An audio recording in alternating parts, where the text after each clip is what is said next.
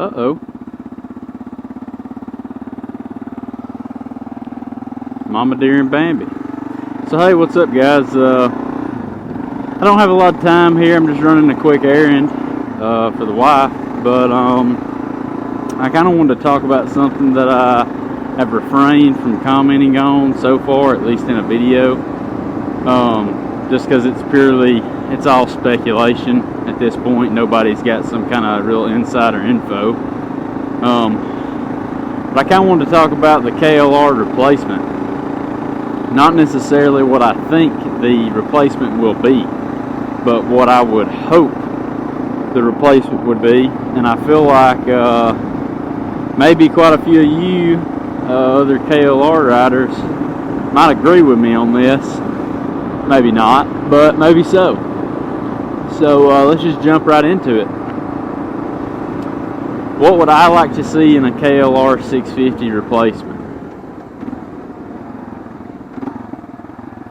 Well, I don't think they need to necessarily start from the ground up. I feel like they can maybe repurpose the frame, just change it up a little bit. It might have to be strengthened to pull this off. I don't know, I'm not an engineer, but I feel like they probably don't need to start from the ground up. Could repurpose the frame, maybe redesign it just a little bit here or there for new hardware, maybe to support a different fairing design, maybe even redo the subframe. Like I said, redo it for new hardware at least, so we don't have issues like our subframe bolts breaking. Stock KLR's kind of got a weak spot there. And what would you repurpose this frame for? Like, what would be the power plant? I think they need to use the Versys 650 power plant. I don't feel like they even need to really change it up that much. I don't feel like they need to do a different firing order. I don't feel like they need to go from a 180 degree offset on the crank to a 270, or I don't feel like they need to change anything. I've had a 2017 Versys 650. It had great torque. It had great horsepower. I think it would be a perfect engine. Again, I think, update this frame just a little bit, stuff that engine into it. There should be plenty of room for the throttle body and the airbox and everything that goes with that engine.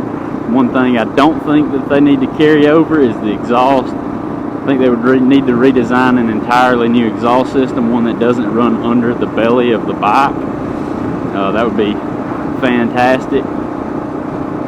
And then moving outward from the frame and the engine, I feel like we definitely need to keep the 21-17 wheel combo, maybe even go to a 21-18.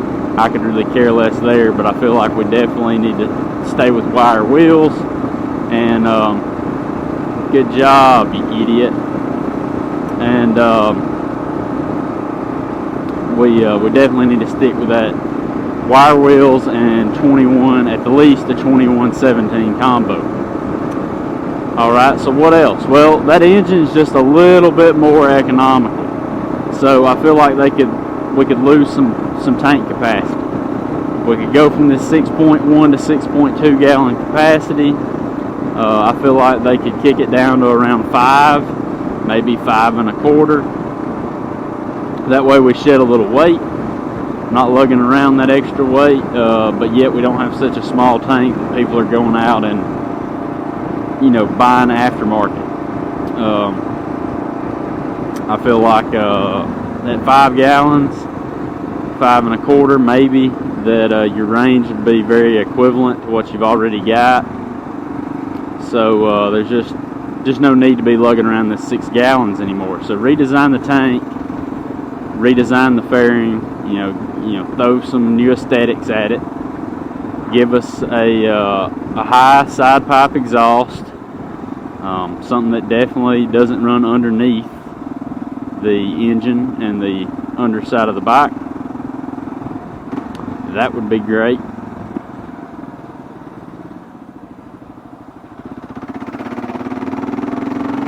give us the power plant out of the Versys 650, which is the same engine that's in the Ninja 650. It's a great power plant. It's no small details have been missed with that engine. For example, no doohickey problem, no serious issues with that engine. I think the longest I've seen when I was on the Versys forum while I owned one was a guy had 260 something kilometers, whatever that converts to in miles, a lot, and he had never tore into the engine ever. Not a single thing, not even clutch replacement, never tore into the engine. So of course I'm not this guy, I can't validate that, but his odometer did have that many miles on it. So either way, the engine's pretty bulletproof. And then there's a few other things.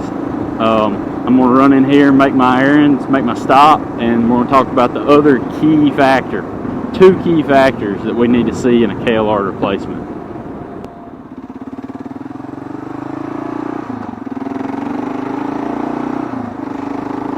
Alright, and we're back. So, what's the last 2 things that as KLR owners we would not accept in a KLR replacement? I think arguably the most important thing is suspension.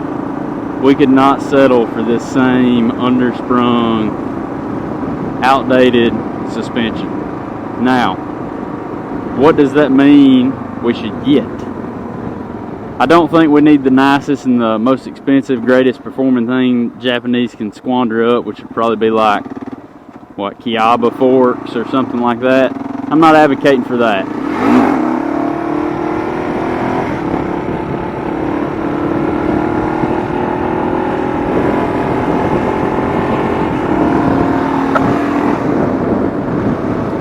What I do think that we have to have is something inverted and adjustable. So I don't care if it is the cheapest fork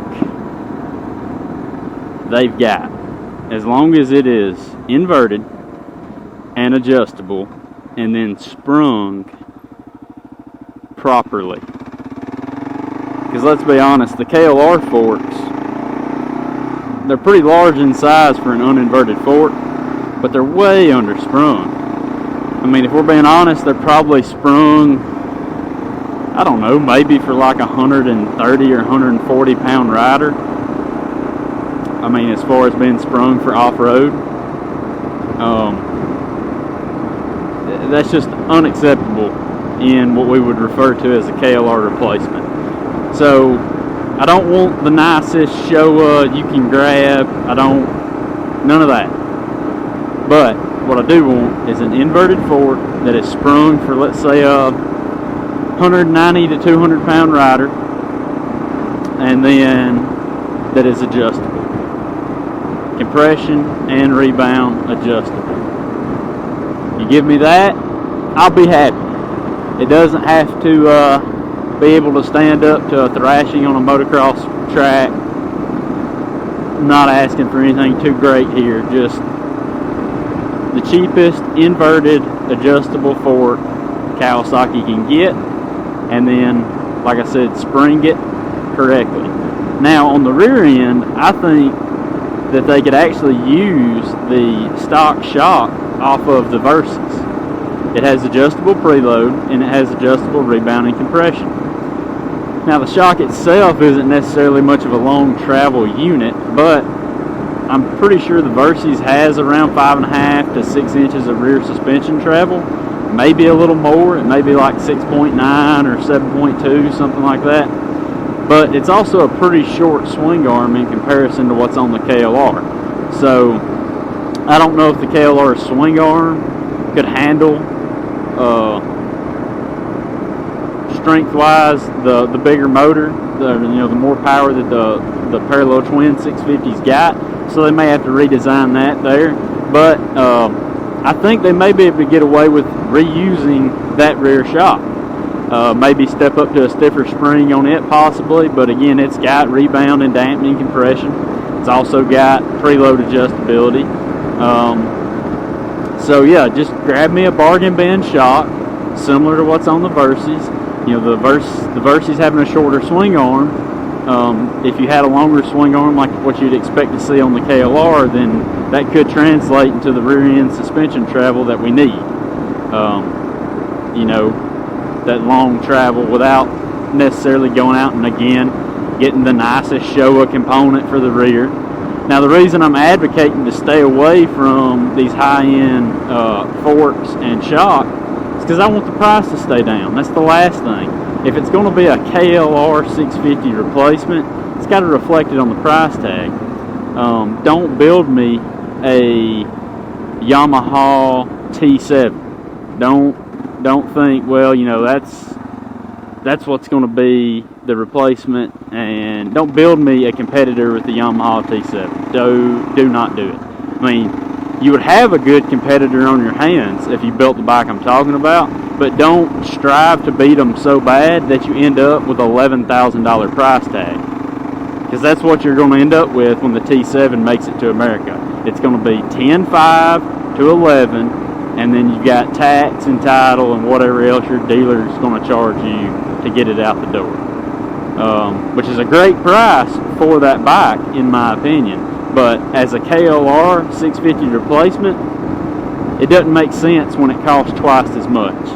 Now they may come out and build something like that and not ever even bat an eye at the fact it's supposed to fill that 650 slot, the KLR 650 slot in the lineup, but I can't imagine they would do that. I mean, it's possible, but if they build something in that middleweight class, they're going to advertise it as the KLR's replacement, and it needs to reflect that on the price tag.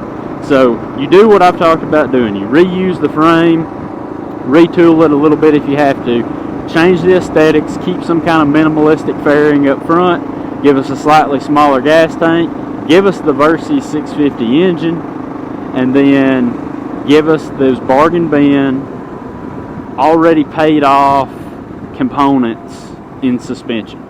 But don't cheap out on how you spring it. Spring it for, you know, properly for the people who are going to be riding it, and then hit me at that $8,000 to $8,500 price mark.